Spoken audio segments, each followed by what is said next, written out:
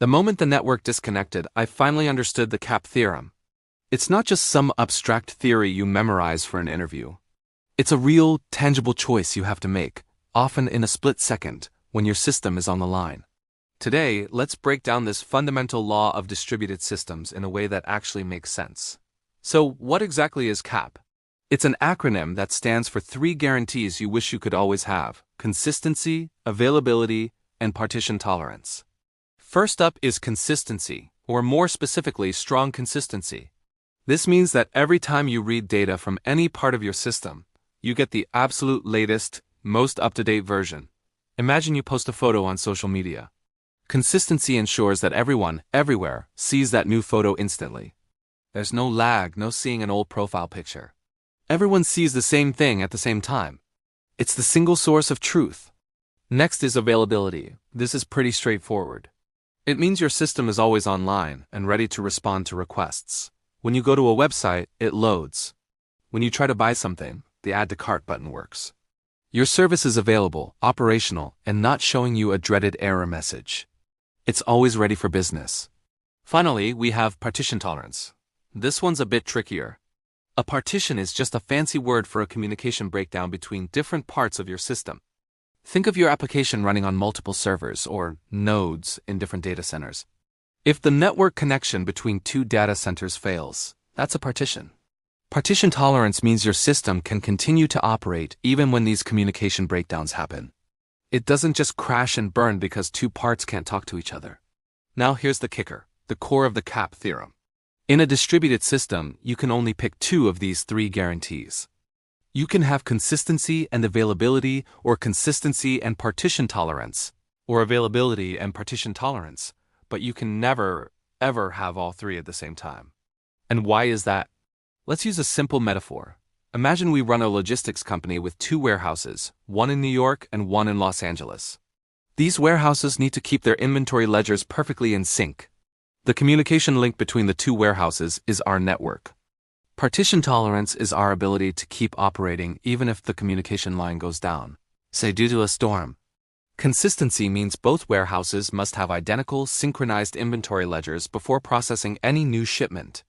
If New York has 100 widgets, LA must also show 100 widgets. Availability means each warehouse can continue to accept new deliveries and ship out orders, no matter what. Now, let's introduce a problem. A massive storm cuts the communication line between New York and LA. We have a network partition. At this very moment, the CAP theorem forces us to make a choice.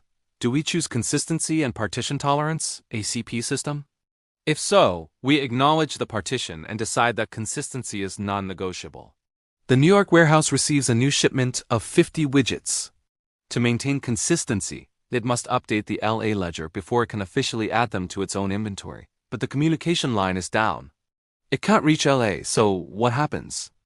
The New York warehouse has to stop accepting new shipments. It goes offline. It sacrifices availability. The system is consistent because no new unsynced data is being written and it's tolerant of the partition. But it's not available to customers. Okay, what's the other option?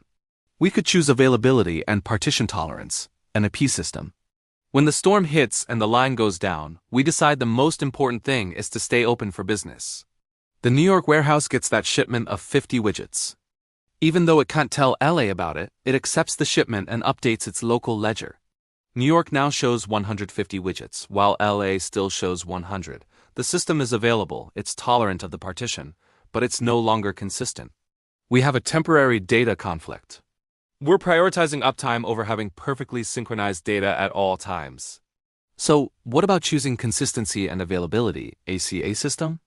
This is what you get with a traditional, single-server database.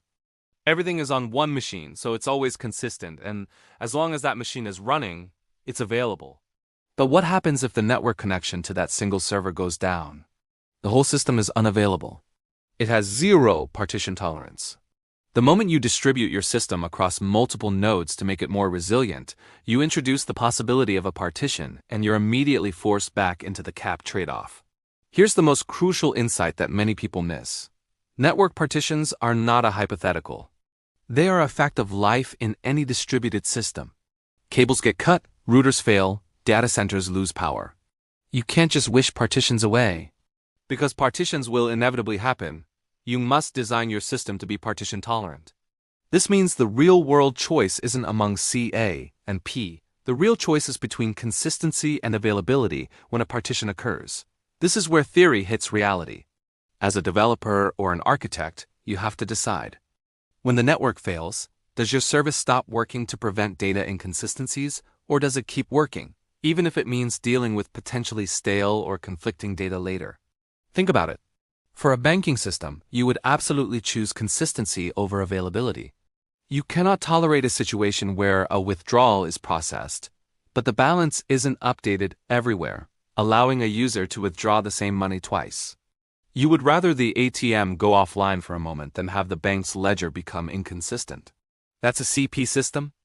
Now, consider a social media feed or an e-commerce shopping cart. If you can't see the absolute latest post for a few seconds, is it the end of the world? Probably not. If you add an item to your cart on your phone, and it doesn't immediately appear in the cart on your laptop, that's an inconvenience, but the company would much rather you be able to continue shopping. They prioritize availability. These are AP systems. They accept eventual consistency, where the data will sync up and become correct eventually, once the partition is resolved. So we understand the trade-off. But making that choice in your head isn't enough. How do you actually implement this decision? How do you write it down into a technical proposal that your entire team can understand and build? This is the next big step. Your choice between C and A has massive implications for your database selection, your caching strategy, your API design, and even your user interface.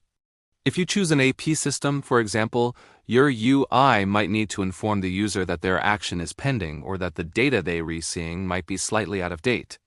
You might need to build complex reconciliation logic to merge conflicting data once the network comes back online. If you choose a CP system, you need to think about what the user experience is when the system becomes unavailable. Do you show a friendly maintenance page? Do you disable certain features? You also need robust mechanisms like distributed locks to enforce that strong consistency across your nodes. To wrap this up, the CAP theorem isn't a theoretical exercise. It's the fundamental design constraint of the modern internet. Since network partitions are a given, every distributed service you use has already made a choice between consistency and availability. There is no right or wrong answer, only what's right for your specific application. The key is to make that choice consciously and deliberately. Document it clearly and build your system around it. Understanding this trade-off is the first step toward designing robust, predictable, and resilient systems. Next time you're building an application, ask yourself, when the network inevitably fails, what do I want my system to do? And how will I write that decision into code? Thanks for watching. If this helped you finally grasp the CAP theorem, be sure to like the video and subscribe for more deep dives into software architecture. See you in the next one.